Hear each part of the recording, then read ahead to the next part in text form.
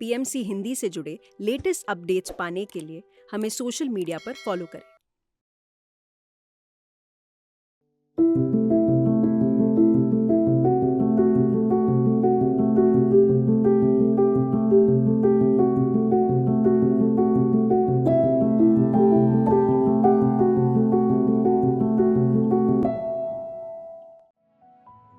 नमस्कार, स्वागत है आप सभी का पुस्तक प्रेमियों के इस खास कार्यक्रम मेरी कलम में।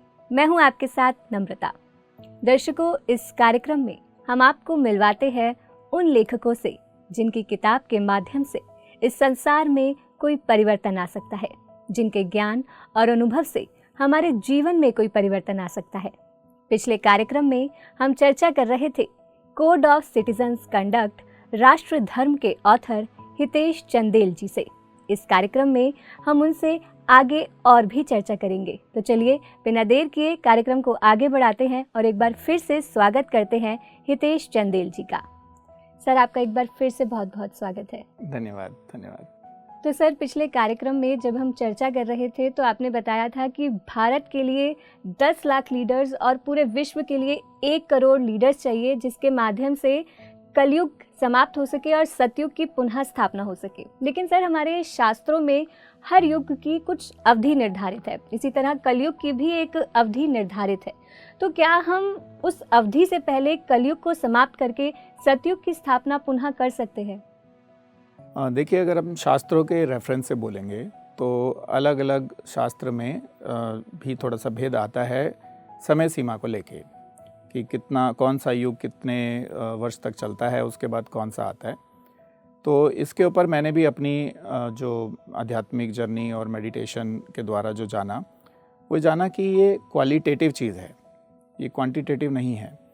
तो जब उसको मैंने अपने स्वाध्याय के द्वारा एनालाइज़ किया तो मैंने देखा कि शास्त्र कहता है कि 4,32,000 साल और बचे हैं कलयुग को समाप्ति होने के लिए, जबकि मैं एक साक्षात प्रमाण हूँ जो एक दृष्टा के रूप में देख पा रहा हूँ कि कलयुग को समाप्त करने की आवश्यकता आज ही है।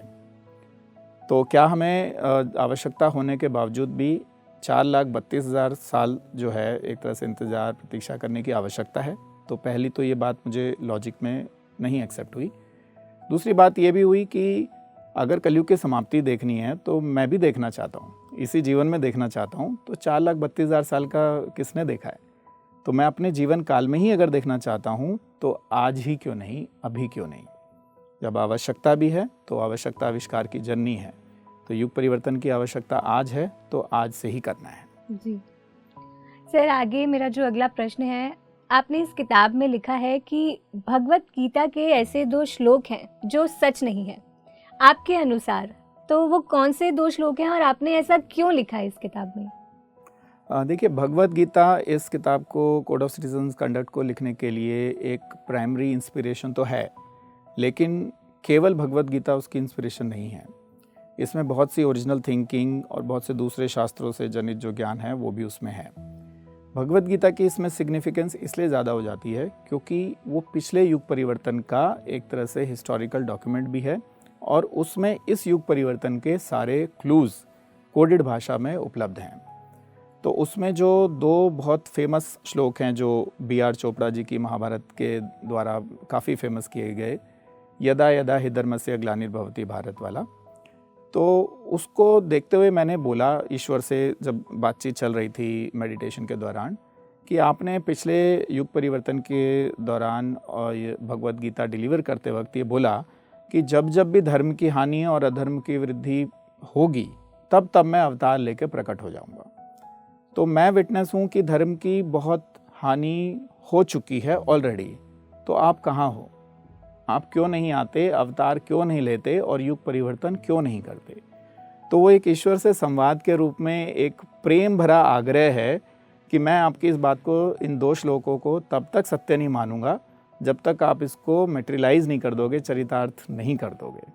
तो वहाँ पे मैंने बुक में थोड़ा लिखा है कि मुझे आपके इन 2 श्लोकों पे विश्वास नहीं है, लेकिन उसका भी जवाब उसी पुस्तक में है, जिससे कि बाद में वो विश्वास और बढ़ गया कि युग परिवर्तन अभी होगा और अवतार की जो प्रक्रिया है वो ऑलरेडी स्टार्ट हो चुकी है। जी, तो सर क्या प्रक्रिया है वो अवतार की, उस बारे में थोड़ा जानना चाहूँगी। देखिए अवतार शब्द के भी अलग अलग लोग मीनिंग निकालते हैं, अलग अलग स्कूल ऑफ थॉट की अलग अलग सोच है उसमें। मेरे अनुसार अवतार का अर्थ ये है कि जब कोई व्यक्ति की चेतना S6 अवस्था तक पहुंच जाती है और वो कर्ता भाव से हट के दृष्टा भाव तक पहुंच जाता है, तो उसके द्वारा किए गए सारे कार्य ईश्वर के ही कार्य होते हैं, ईश्वर के द्वारा ही उनका संपादन हो रहा होता है। और वही अवतार प्रक्रिया है कि ईश्वर की चेतना से कर्म का अवतरण ही अवतार है। तो ऐसा ये संभावना लेके हर एक मनुष्य पैदा हुआ है। तो जिस जिस मनुष्य में हम उस संभावना को जागृत कर देंगे, इनेबल कर देंगे और S6 तक पहुंचा देंगे, वो व्यक्ति उस अवतार प्रक्रिया का पार्ट बन जाएगा। तो सर S6 तक पहुंचने के लिए क्या प्रक्रिया करनी होगी? क्योंकि कई बार हम सोचते तो हैं कि हाँ हमें इस समाज में परिवर्तन लाना है, कोई चीज़ हमें गलत लग रही है तो हम सोचते हैं कि हाँ हमें इस चीज़ पे एक्शन लेना चाहिए। लेकिन कई बार क्या होता है, हम ये सोचते हैं कि हम अकेले क्या कर लेंगे, हम अकेले कैसे परिवर्तन लाएंगे, और हम वो थॉट को अपने दिमाग से निकाल देते हैं और स्टेप बैक हो जाते हैं। तो वो मोटिवेशन कैसे आएगी? S6 तक पहुँचने के लिए क्या करना होगा? बिल्कुल, एक बहुत इम्पॉर्टेंट क्वेश्चन है ये। क्या होता है जब एक अच्छा साधारण व्यक्ति किसी गलत चीज़ को होते हुए देखता है तो मन में विचार तो आता है कि इसका कुछ होना चाहिए, ये चीज़ ठीक होनी चाहिए, और वो चाहता है कि कोई आए और इसको ठीक करे, चाहे वो अवतार हो, चाहे वो पॉलिटिशियन हो, चाहे वो स्पिरिचुअल गुरु, कोई आए और उसको ठीक करे। तो अंग्रेज़ी में कहावत है कि I kept waiting for somebody to fix the problem till the time I realised that I could be that somebody which others are waiting for। कि मैं भी सोचता रहा, मेरे साथ भी ऐसा हुआ, मैं भी ये सोचता था कि जैसे रोड पे गड्ढे हैं और दूसरी समस्याएं हैं तो ये गवर्नमेंट को करना चाहिए, इसको करना चाहिए, उसको करना चाहिए। तो हर समय वो परदोष दृष्टि ही ऊपर आ रही थी। लेकिन जब वो फिंगर पॉइंट होके अपने ऊपर वापस आई कि मैं क्यों नहीं, मैं क्यों से मैं क्यों नहीं की जब वो जर्नी तय हुई, तो समझ में आया कि जैसे गांधी जी ने भी कहा है, be the change that you want to see. आपको जो चीज़ देखना चाहते हो परिवर्तन होना, उसका लीडर बने, केवल विशफुल थिंकिंग ना रखें। लेकिन आपकी बात भी सत्य है कि बहुत सारे लोग ऐसा सोच लेते हैं लेकिन आगे कर नहीं पाते। तो उसके लिए लीडरशिप ट्रेनिंग्स या लीडरशिप ज्ञान जो है बहुत सहयोगी हो सकता है, जो ये बता दे कि लीडरशिप में एक स्टार्टिंग फेज़ होती है, एक एंडिंग फेज़ होती है, एडवांस फेज़ होती है। तो स्टार्टिंग फेज़ में होता है ऐसा कि हम अकेले पड़ जाते हैं, हमको लगता है कि हम अकेले क्या कर लेंगे। लेकिन अगर हम रविंद्रनाथ टैगोर जी की बात को ध्यान से देखें कि तेरी आवाज़ पे कोई ना आए तो फिर अकेला चलो रे, तो यहीं से एक लीडर का जन्म होता है कि अगर कोई और आपकी बात को सुन के आपके साथ नहीं जुड़ रहा है तो आप तो पहले अपने साथ जुड़ जाओ, आप तो पहले अपने आप को अपने मिशन में अपॉइंट कर लो 100% और चल पड़ो। जब आप देखेंगे कि आपने 10, 20, 50 कदम अकेले चल लिए हैं तो लीडरशिप की सेकंड स्टेज एक्टिवेट हो जाती है, जिसको काव्यात्मक ढंग से अगर बोले तो ऐसे बोला जाता है कि मैं अकेला ही चला था जानिबे मंजिल मगर लोग जुड़ते ही गए कारवां बनता गया। तो वो कारवां भी बनता है, उस पर भरोसा रखें। वो प्रिंसिपल है कि अगर आप कोई भी एक ऐसे मुद्दे पे मिशन पे काम करेंगे जिससे समाज का बड़ा भला होता हो तो वो सब आपके पीछे आएंगे ही आएंगे। जी, तो यानी कि सर कि हमें किसी अवतार के वेट करने की ज़रूरत नहीं है, हमें खुद ही ये रिस्पॉन्सिबिलिटी लेनी चाहिए और एक लीडर की तरह जो है अपने फ़र्ज़ को निभाना चाहिए। बिल्कुल बिल्कुल। और इसीलिए आज की भाषा के हिसाब से, क्योंकि अवतार शब्द की बड़ी अलग अलग जो है इंटरप्रिटेशंस हैं, तो हम सेल्फ एक्चुअलाइज्ड लीडर्स उसको बोलते हैं कि जो व्यक्ति आत्मा में कर्म को व्यक्त कर दे, क्योंकि आत्मा तो अव्यक्त है। उस अव्यक्त आत्मा को जब हम कर्म में व्यक्त करते हैं, उस सेल्फ रियलाइजेशन को जब हम सेल्फ एक्चुअलाइजेशन करते हैं, तो वो अवतार प्रक्रिया का ही पार्ट है। तो ऐसी संभावना सब में है, आप में है, मुझ में है। तो दूसरे की ओर देखने से पहले हम खुद भी अपने अंदर ये जरूर देखें कि मैं भी तो कुछ ना कुछ तो कर सकता हूँ, और शुरू हो जाए बस। युग परिवर्तन से पहले खुद को परिवर्तित करना बहुत ज़रूरी है। बिल्कुल जी सर, अगला जो मेरा प्रश्न है कि आपने इस किताब में एक आर्टिकल लिखा है जिसका टाइटल है वाई योगा, तो इस आर्टिकल के बारे में थोड़ा विस्तार से आपसे जानना चाहूँगी। इसका भी बड़ी इंटरेस्टिंग स्टोरी है कि जब मैं आईटी कंपनी में अपनी लास्ट जॉब में था तो वहाँ पे प्रोजेक्ट मैनेजर की मेरी पोजीशन थी और मेरे अंडर काफ़ी सारे सॉफ्टवेयर इंजीनियर्स वगैरह काम करते थे। तो मैं उनको बार बार थोड़ा सा ऐसा बोलता रहता था कि देखो, प्रोफिशेंसी बढ़ाने के लिए, एफिशिएंसी बढ़ाने के लिए आपको योगा करना चाहिए। तो अगर आप योगा करेंगे तो एक तो फिज़िकल फटीग कम होगी, आप थकान नहीं होगी, आप काम ज़्यादा कर पाएंगे, मानसिक रूप से स्टेबल रह के उस पर सोर्स कोड अच्छा लिख पाएंगे, हाई क्वालिटी का लिख पाएंगे। क्योंकि अगर आपके सोर्स कोड में कोई डिफेक्ट होता है तो किसी न किसी के जीवन में जो सॉफ्टवेयर को यूज़ कर रहा है उसके जीवन में पेन आता है। तो उतनी दूरदर्शिता के साथ जब अगर आप कोडिंग करेंगे तो आप अपने कोड्स को ठीक रखेंगे। तो मेरी इस बार बार की बात से थोड़ा सा परेशान होके मेरे एक टीम मेंबर ने बोला, why yoga, why should I do yoga. तो वहाँ से एकदम माइंड में स्ट्राइक हुआ कि एक आर्टिकल तो मुझे इस टाइटल पे लिखना है कि वाई योगा।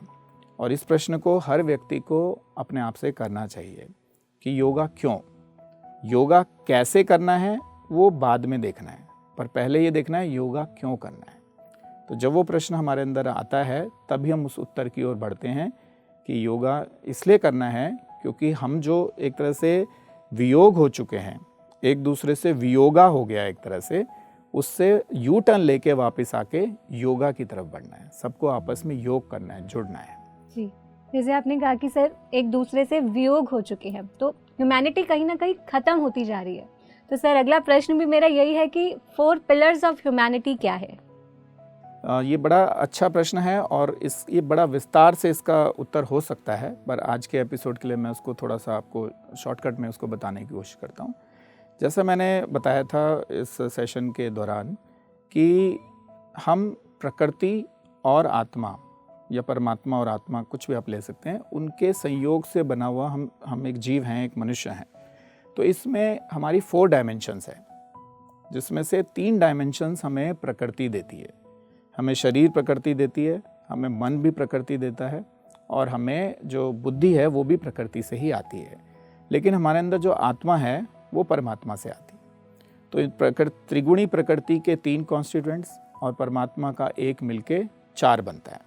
तो जब आप जीवन में आप देखेंगे तो आपको हर जगह ये 4 एक इटर्नल प्रोसेस के रूप में दिखेंगे। जब आप किसी ऑर्गेनाइजेशन के पिलर्स के रूप में देखेंगे तो आपको दिखेगा ऑर्गेनाइजेशन में वर्कर्स चाहिए, मैनेजर्स चाहिए हैं, लीडर्स चाहिए और मेंटर्स चाहिए। सबका अपना अपना डिस्टिंक्ट रोल है। जब आप इसको व्यवस्थाओं के रूप में देखेंगे तो आपको दिखेगा एक एजुकेशन सिस्टम चाहिए, एक गवर्नेंस चाहिए, एक जो है आपको बिजनेस सिस्टम चाहिए और एक सर्विसेज सिस्टम चाहिए। ऐसे ही आप इसको गुणों के रूप में देखेंगे तो दिखेगा एक तमोगुण होता है, एक रजोगुण होता है, एक सत्वगुण होता है, एक निर्गुण होता है। तो जब मैंने इसको बहुत ध्यान से देखा तो मेरा रिसर्च जो है मुझे एरिस्टोटल मॉडल की ओर ले गई। एंड एरिस्टोटल ने उसमें बताया कि किसी भी परिवर्तन के पीछे 4 ही कारण होते हैं: formal cause, material cause, final cause और एफिशिएंट कॉज। तो ये घटनाक्रम इतना होता गया कि जहाँ पे भी मैं देखूँ तो मुझे वो 4 कॉज ही दिखने लगे। तो उसमें समझ में आया कि ये 4 इस वजह से हैं कि त्रिगुणी प्रकृति और निर्गुण परमात्मा के सहयोग से हम लोगों का जन्म हुआ है। तो हर चीज़ 4 के उसमें ही होगी। ये 4 पिलर अगर अपनी चेतना अवस्था से नीचे गिर जाते हैं तो इनएफिशिएंसी आ जाती है वर्क में। अगर वर्कर का जो एक तरह से तमोगुण एक्टिवेटेड नहीं है, कार्य नहीं कर रहा है, क्रियाशील नहीं है, तो वो काम नहीं कर पाएगा। मैनेजर का अगर रजोगुण एक्टिवेटेड नहीं है तो उसको बिजनेस यूनिट को प्रॉफिटेबल नहीं बना पाएगा। लीडर का अगर सत्वगुण एक्टिवेटेड नहीं है तो वो अच्छे डिसीजन ऑर्गेनाइज सिस्टम नहीं बना पाएगा। और ऐसे ही अगर मेंटर्स का निर्गुण अवस्था प्राप्त नहीं हुई है तो वहाँ से दी गई, उससे किसी भी निचली अवस्था से दी गई जो मेंटरिंग है वो डिफेक्ट ही पैदा करेगी। तो आज युग परिवर्तन में इन 4 पिलर्स को रीबिल्ड करके उनकी सही चेतना अवस्था तक लाना भी एक वन ऑफ द गोल्स है। जी, तो सर जैसे आपने कहा कि हर चीज़ 4 ही है, तो आपने इस किताब में 4 डिफाइंड वैल्यूज़ भी लिखी है और आप जो है एक कंसल्टेंसी भी चला रहे हैं, डिफाइंड वैल्यू कंसल्टेंट। तो वो 4 डिफाइंड वैल्यूज़ क्या है उसके बारे में भी आप हमें विस्तार से बताएं। बिल्कुल। तो 4 वैल्यूज़ बताने से पहले मैं आपको डिफाइंड वैल्यूज़ का मीनिंग बता देता हूँ। क्या होता है कि हर कर्म का एक फल है। इस तरीके से पूरा यूनिवर्स बना हुआ है जो कर्म की फिलॉसफी कहती है। और अगर हम साइंस के प्रिंसिपल की भी बात करें तो every action has equal and opposite reaction, जो कॉज एंड इफेक्ट को बताता है। तो किस कर्म का क्या फल होगा ये आप और मैं डिसाइड नहीं कर सकते। ये ऑलरेडी इस इकोसिस्टम में, इस यूनिवर्स में डिफाइंड है। तो एक एक चीज़ की वैल्यू डिफाइंड है कि अगर आप ऐसा करोगे तो ये होगा, अगर वायु इतनी स्पीड से चलेगी तो ये होगा, अगर अग्नि ऐसे जलेगी तो ये होगा। तो वो रन टाइम पे कोई इंटरप्रिटेशन नहीं हो रही है, वो डिफाइंड वैल्यूज़ है। नाउ जब हम अपनी चेतना से देखते हैं तो हमारा वैल्यू सिस्टम और हमारी वैल्यू की इंटरप्रिटेशन कैसे बनती है, जितनी हमारी चेतना है उसके हिसाब से बनेगी। ठीक है, तो जब तक मनुष्य की चेतना इन डिफाइंड वैल्यूज़ की चेतना तक नहीं पहुंच जाती है, तब तक वो कॉज एंड इफेक्ट को और कर्म की थ्योरी को ठीक से नहीं समझ पाता है, और जाने अनजाने में वो कर्म करता रहता है जिससे डिफेक्ट ही पैदा हो रहे होते हैं, जिससे उसका भी कर्मा अकाउंट जो है ओवरलोड हो रहा होता है। तो इसीलिए इन डिफाइंड वैल्यूज़ का बहुत महत्व है। अब आते हैं डिफाइंड वैल्यूज़ भी 4 कैसे हैं, क्योंकि ये भी शास्त्र से ही आ रही है, और जब मैंने भी शास्त्र की बात एज इट इज़ नहीं मानी, जब तक वो मुझे तर्क संगत नहीं लगी तब तक नहीं मानी। तो उसमें आता है कि मनुष्य के 4 एम्स हैं, धर्म, अर्थ, काम, मोक्ष। धर्म मतलब मॉरल वैल्यू, अर्थ मतलब इकोनॉमिक वैल्यू, काम मतलब वाइटल वैल्यू, और मोक्ष मतलब इटर्नल वैल्यू। तो ये चारों वैल्यूज़ हमें समझनी पड़ेंगी और चारों ही इम्पॉर्टेंट है।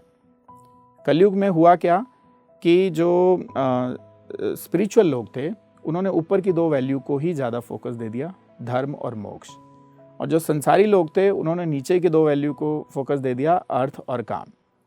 तो ना तो स्पिरिचुअल व्यक्ति पूरा हो पाया और ना ही संसारी व्यक्ति पूरा हो पाया। शास्त्र कहता है कि आपको चारों करनी है, क्योंकि वो चारों हमारी 4 डायमेंशन ऑफ एग्जिस्टेंस से जुड़ी हुई है। शरीर की नीड है कामनाओं की पूर्ति, मन की नीड है अर्थ की संपदा की जो है पूर्ति, बुद्धि की नीड है धर्म की पूर्ति। धर्म का अर्थ यहाँ पे कोई रिलीजन नहीं, धर्म का अर्थ है कि किस कॉन्टेक्स्ट में कौन सी चीज़ कॉज एंड इफेक्ट के हिसाब से बेस्ट है। ठीक है, तो वो बुद्धि की नीड है। और ऐसी आत्मा की नीड है इटर्नल वैल्यू, कि वो अपने एग्जिस्टेंस को पहचान जाए। तो इसमें दिस वर्सेस दैट नहीं है, चारों चाहिए।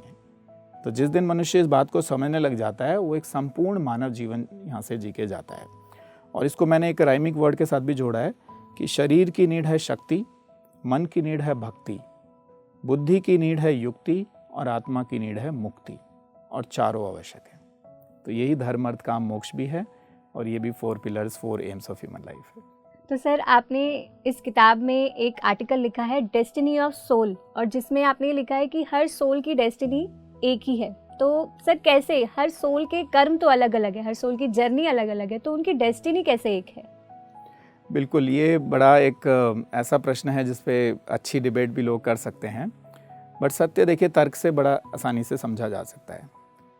आपका आत्मज्ञान और मेरा आत्मज्ञान और उनका आत्मज्ञान अगर अलग अलग है तो फिर वो पूर्ण आत्मज्ञान नहीं है। जब हम अपनी ब्रह्मावस्था पे, अहम ब्रह्मास्मि अवस्था पे और परम सत्य पे पहुंचेंगे तो परम सत्य 800 करोड़ नहीं है, वो एक ही है, और परम सत्य तक पहुंचना ही डेस्टिनी है। तो इसका अर्थ क्या हुआ कि हम सब की 800 करोड़ लोगों की डेस्टिनी एक ही है, डेस्टिनेशन एक ही है, और वही डेस्टिनी है। अभी जो हमें मिला हुआ है वो ना तो डेस्टिनी है और ना वो डेस्टिनेशन है, वो डेस्टिनेशन से भटकी हुई अवस्था है। ठीक है, तो हम अलग अलग जगह पे खड़े हैं, वो ऑन द वे हैं, हम वो डेस्टिनेशन पे नहीं पहुंचे अभी। तो अगर कोई सोचता है मेरे भाग्य में, मेरी डेस्टिनी में तो यही लिखा था, तो वो फाइनल नहीं है अभी। ये लिखा था प्रारब्ध में कि आपको अपने कर्म के अनुसार ये वाला प्रारब्ध मिलेगा, बट ये फाइनल डेस्टिनी नहीं है, you are still in the journey. तो डेस्टिनी तो एक ही रहेगी। तो सर, आपने जो ये बुक लिखी है कोड ऑफ सिटीजन्स कंडक्ट, तो रीडर्स जब इस बुक को पढ़ेंगे तो उस बुक को पढ़ के उनको क्या बेनिफिट होगा? देखिए, बेनिफिट से वर्ड जो है काफ़ी सारा मटेरियलिस्टिक हो जाता है कि बेनिफिट क्या होगा मेरा, पर फिर भी उसको हम स्पिरिचुअल एस्पेक्ट में भी अगर बोलें तो जितनी ज़्यादा चेतना अवस्था व्यक्ति की होगी वो उतना बड़ा एक्शन कर पाएगा, वो उतना बड़ा कॉज कर पाएगा, तो उसका इफ़ेक्ट उतना ही बड़ा आ जाएगा। तो अगर फ़ायदे की नज़र से भी देखना है, बेनिफिट की नज़र से भी देखना है, तो ये पुस्तक व्यक्ति की चेतना का हाईएस्ट बेंचमार्क तक ले जाने की क्षमता रखती है। तो अगर उसको ध्यान से पढ़ा जाएगा तो उस बढ़ी हुई चेतना के द्वारा आध्यात्मिक जगत में भी और संसारी जगत में भी, जो डे टू डे प्रोफेशन में भी हैं, वहाँ पे भी सबको लाभ मिलेगा। जी, तो सर ये पुस्तक सिर्फ उन्हीं को पढ़नी चाहिए जिनमें एक डिज़ायर है समाज में चेंज लाने की, या हर कोई इस बुक को पढ़ सकता है? अगर कोई व्यक्ति समाज में भी चेंज लाना चाहता है तो भी इसको पुस्तक को पढ़ना चाहिए, अगर स्वयं में चेंज लाना चाहता है तो भी पढ़ना चाहिए, क्योंकि स्वयं भी समाज का ही पार्ट है। तो अगर आप समाज के एक व्यक्ति को उसकी उच्च चेतनावस्था तक ले गए, जो कि आप स्वयं हैं, तो भी आपका समाज के प्रति कंट्रीब्यूशन तो हो ही जाएगा। तो ये बुक सबके लिए है। तो सर, इस पुस्तक में आपने अपनी स्टोरी लिखी कि कैसे आप डीप स्टेट ऑफ मेडिटेशन में गॉड से कम्युनिकेट कर रहे थे। साथ ही साथ आपने इस किताब के माध्यम से पूरे संसार के साथ अपना ज्ञान साझा करने का प्रयास किया और एक नई दृष्टि संसार को दी है, देखने के एक नया नज़रिया दिया है कि किसी अवतार की ज़रूरत नहीं है, हम स्वयं ही समाज में परिवर्तन ला सकते हैं अगर हम खुद में परिवर्तन लाएं। तो सर, सबसे इम्पॉर्टेंट क्वेश्चंस जो हमारे दर्शकों के मन में भी आता होगा कि क्या चैलेंजेस एक लेखक फेस करता है ये अपने सारे विचार एक किताब में लिखते समय। तो सर, आपने क्या चैलेंजेस फेस किए जब आप इस किताब को लिख रहे थे? ये ऑथर के लिए एक बहुत ही रेलेवेंट क्वेश्चन आपने किया इसमें। जब कोई व्यक्ति मेडिटेशन में या इमेजिनेशन में भी होता है तो उसको अंदर कुछ ऐसा दर्शन हो रहा होता है जिसको उसको बाहर प्रकट करने के लिए किसी माध्यम की आवश्यकता होती है। उसमें से एक माध्यम जो है बुक भी हो सकती है, पुस्तक हो सकती है। तो दर्शन को आप एज इट इज़ नहीं दिखा सकते। मेरा जो दर्शन है वो मेरा दर्शन है, उस दर्शन की कोई कॉपी नहीं हो सकती। आपका जो दर्शन है उसकी कोई कॉपी नहीं हो सकती। लेकिन जो दूसरे लोग समझेंगे वो आपके दर्शन से नहीं समझेंगे।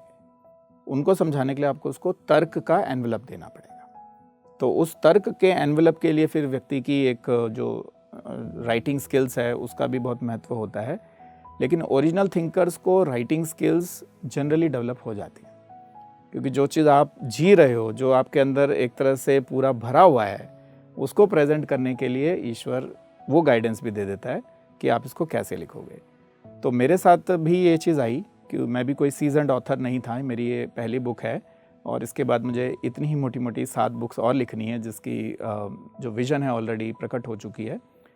दूसरा चैलेंज जो इसके अलावा आता है वो आता है, विज़न जब अंदर आती है तो बहुत हाई स्पीड से आती है, वो स्पीड ऑफ लाइट से आती है और वो घटना घट के चली जाती है। लेकिन जब उस विज़न को आप डॉक्यूमेंट करते हो तो वो फिज़िकल वर्ल्ड की जो स्पीड है उसके हिसाब से ही डॉक्यूमेंट किया जाता है। तो कई बार ऐसा आता था मन में ऑथर करते वक्त इस बुक को कि जो घटना ये कुछ सेकंड्स में घट गई है, ये कुछ मिनटों में क्यों नहीं बुक में आ जाती। तो इसके लिए 1.5 साल जो इसमें लगा वो क्यों लग रहा है, वो एकदम से काम हो जाता है, इसमें 1.5 साल वेस्ट ही हो रहे हैं। तो ईश्वर से कभी यार ये भी प्रश्न आता था कि आप माध्यम बना के लिखवाने से अच्छा आप ही लिख दो और इसको कुछ मिनटों में लिख दो।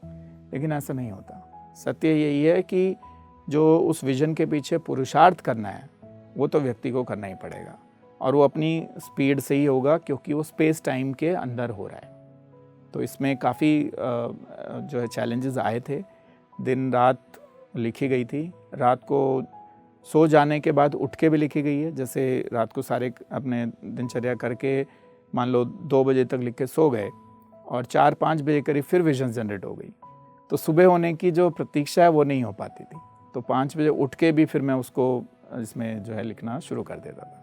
तो सर, अब जब ये बुक आपने लिख ली है और साथ ही अब रीडर्स इसे पढ़ पा रहे हैं और बहुत से दर्शक इस कार्यक्रम के माध्यम से भी इस बुक का ज्ञान प्राप्त कर पा रहे हैं, तो सर अब मैं जानना चाहती हूँ कि आप में क्या चेंजेस आए एक बुक लिखने से पहले वाले हितेश जी में और एक बुक लिखने के बाद वाले हितेश जी में क्या चेंजेस आए? बहुत से चेंज आते हैं। सबसे पहले तो जैसे एक रोल से आपका जुड़ाव होता है कि पुस्तक खास तौर पे पहली पुस्तक लिखने से पहले मैं एक सॉफ्टवेयर इंजीनियर था और एक जिज्ञासु व्यक्ति था, बट पुस्तक लिख जाने के बाद मैं एक ऑथर बन गया। तो अपने आप ही जो ऑथर गिल्ड्स हैं या कोई ऑथर्स के क्लब हैं, बुक रीडिंग क्लब हैं, उनके साथ नेटवर्किंग करने का, उनके साथ मिलने का एक स्वाभाविक रुझान आ जाता है कि उन्होंने भी अपनी पुस्तक लिखी है तो सिमिलर एक्सपीरियंसेस होंगे। तो एक तो वो हो जाता है लाइक माइंडेड उसके साथ। दूसरा, एक बड़ी इंटरेस्टिंग घटना घटी थी। तो मैंने, जैसे क्या होता है कि जब आप स्पिरिचुअल जर्नी पे होते हैं तो कर्ता भाव को आप प्रकट करना बड़ा मुश्किल हो जाता है। जैसे इस पुस्तक में भी एक जगह मैंने लिखा है कि मैं गॉड से प्रश्न कर रहा हूँ कि आपने पुस्तक मुझे प्रेरणा देके लिखवा तो ली, पर मुझे बड़ा एक अजीब सा फीलिंग हो रहा है कि मैं उसके ऊपर ऑथर्ड बाय हितेश चंदेल लिखूँ, तो क्या मैं इसमें ऑथर्ड बाय गॉड लिख दूँ? तो उस समय उत्तर इस तरह का आया कि अगर आप ऑथर्ड बाय गॉड भी लिखोगे तो भी वही चैलेंज आएगा जो ऑथर्ड बाय हितेश चंदेल से आएगा। तो इसलिए बिल्कुल आप निर्भीक होके लिखो कि ऑथर्ड बाय हितेश चंदेल ही है। तो ये भी एक चैलेंज आया। तीसरी एक ये आई कि एक अंदर से एक उस आइडेंटिटी को कैरी करने का एक तरह से स्वभाव बन गया कि yes I have authored a book. तो एक मोटिवेशन जो होता है वो बन गया कि एक घटना हो चुकी है, क्योंकि बुक लिखने से पहले होता है कि हाँ मैं एक बुक लिखूंगा, और बहुत सारे लोग उस अवस्था में ही कई साल बिता देते हैं कि मुझे एक बुक लिखनी है, मुझे एक बुक लिखनी है। लेकिन जब बुक लिख दी जाती है तो वो एक अंदर आ जाता है कि हाँ ये हो चुका है। तो मैंने अपने एक व्यक्ति को इसी भाव से बोला, मित्र को, कि अभी तो मैंने कुछ भी नहीं किया है, युग परिवर्तन एक बहुत बड़ा प्रोजेक्ट है, अभी एक ये बुक ही तो लिखी है, इसको हम काउंट ही नहीं कर सकते कि मैंने कुछ भी किया। तो उसने मुझे आभास कराया कि बुक के बारे में सोचना और उसको लिख देना और उसको पब्लिश कर देना, डिस्ट्रीब्यूट कर देना, वो भी अपने आप में सेल्फ एक्चुअलाइजेशन का कुछ पार्ट हो चुका है। तो बी कॉन्फिडेंट कि ये भी कर्म है, ये दूसरों के लिए, जो इस पुस्तक को पढ़ेगा उसके लिए ज्ञान है, पर जिसने इस पुस्तक को लिखा है उसके लिए कर्म है। तो डोंट वरी, आपने कुछ कर्म तो कर दिया है, चाहे वो 2% ही से पूरे प्रोजेक्ट पर। तो अब आगे बढ़ो और बाकी कार्य। तो मंजिल तक पहुंचने वाला हर कदम जो है वो महत्वपूर्ण होता है। बिल्कुल बिल्कुल सही जी। तो सर, जाते जाते मैं चाहूँगी कि आप हमारे दर्शकों को भी एक संदेश दें जिसके माध्यम से उनके जीवन में परिवर्तन आ सके, और साथ ही जो दर्शक इस वक्त कार्यक्रम को देख रहे हैं और सोच रहे हैं कि वो भी भविष्य में एक किताब लिखें, तो उनके लिए भी एक संदेश दें। बिल्कुल, बहुत बहुत धन्यवाद, आपने मुझे एक ये मौका दिया। तो इसमें मैं 2 प्रश्न हैं आपके। तो पहला तो उन सब रीडर्स के लिए है जो जीवन में कुछ करना चाहते हैं लेकिन उसी चैलेंज को फेस करते हैं कि मैं अकेला क्या कर लूँ। तो ये हम जान लेना चाहिए हमें कि हम अकेले नहीं हैं, हम सबके सहयोग से कार्य करते हैं। किसी भी व्यक्ति ने आज तक अकेले कुछ भी नहीं किया है। जब तक दूसरे लोगों का सहयोग नहीं होता तो वो उसको नहीं कर पाता। तो ये एक फिनोमेनन है, ये प्रोसेस है, ये प्रिंसिपल है, ये इसी तरीके से होता है। और आप उन दोनों बातों को लीडरशिप की याद रखें कि तेरी आवाज़ पे कोई ना आए तो फिर अकेला चलो रहे। आप कुछ भी जीवन में अच्छा करना चाहते हैं और कोई शुरुआत के टाइम पे अगर कोई साथी सहयोगी नहीं भी मिल रहा है तो आप कुछ कदम अकेले चलिए, क्योंकि जब आप कुछ कदम मंजिल की ओर अकेले चलेंगे तभी लोगों को दिखेगा कि आप चल पड़े हैं और उनको एक रीज़न मिलेगा कि वो आपको फॉलो कर सकें, आपके पीछे चल पड़े। क्योंकि जब तक आप उनको कोई रीज़न नहीं दोगे वो अपनी जगह से एक कदम भी नहीं हिलेंगे। दूसरा संदेश जो ऑथर्स के लिए है, देखिए मैं भी एक नोविस ऑथर हूँ। मैंने भी कोई ग्रेजुएशन नहीं की है कि बुक कैसे लिखनी चाहिए, और जो है कोई एक टेक्निकल तरीका नहीं पता था बुक कैसे लिखनी चाहिए। लेकिन अंदर से प्रेरणा इतनी स्ट्रांग थी बुक लिखने की कि जो भी रोड ब्लॉक आया उसको मैंने रिसर्च करके, गूगल से ढूंढ के, आसपास बात करके उसका मार्ग निकालने का प्रयास किया। और मैं इसके बारे में, बुक के बारे में बस एक बात और भी इसमें कहना चाहूँगा। मुझे नहीं पता था मैंने किस शैली में लिखी है, मैंने तो बस लिख दी थी। तो मुझे किसी एक सीजन्ड ऑथर ने पलट के बताया कि आपने बुक का जो कंटेंट है वो तो लाजवाब है ही, पर ये बताइए कि आपने शैली कहाँ से अडॉप्ट की, ये कैसे लिखी। तो मैंने उनको फिर यही उत्तर दिया, ये तो बस हो गया। तो आप कुछ कॉन्फिडेंस अपने ऊपर ये भी रखिए कि कुछ कदम आप चलेंगे और कुछ कदम ईश्वर आपके साथ सहयोगी के रूप में चलेगा और आपके द्वारा वो काम हो जाएगा। तो अगर आप कोई बुक लिखना चाहते हैं, आपके अंदर कुछ ऐसा विचार है जो समाज के काम आ सकता है, तो ज़्यादा प्रतीक्षा ना कीजिए, बस शुरू हो जाइए। जी सर, मैं भी आशा करती हूँ कि आपके संदेश के माध्यम से हमारे दर्शकों के जीवन में परिवर्तन आ सकेगा। साथ ही साथ जो लोग बुक लिखने की सोच रहे हैं उनकी मोटिवेशन भी काफ़ी स्ट्रांग होगी। सर, आप इतना कीमती समय निकालकर हमारे कार्यक्रम में आए और इतना सारा ज्ञान हमारे साथ साझा किया, सर उसके लिए बहुत बहुत धन्यवाद। बहुत बहुत धन्यवाद आप सबको, और पीएमसी हिंदी चैनल को पूरी पूरी शुभकामनाएं, और सभी दर्शकों को भी शुभकामनाएं। नमस्कार। तो दर्शकों, परिवर्तन संसार का नियम है, लेकिन सही परिवर्तन लाने के लिए हमें अपनी चेतना अवस्था को बढ़ाना होगा, और ये किताब हमें प्रेरणा देगी उस चेतना अवस्था को बढ़ाने की। तो आज के लिए बस इतना ही, फिर मिलेंगे अगले कार्यक्रम में किसी अन्य लेखक के साथ। तब तक के लिए देखते रहे पीएमसी हिंदी चैनल। नमस्कार। पीएमसी हिंदी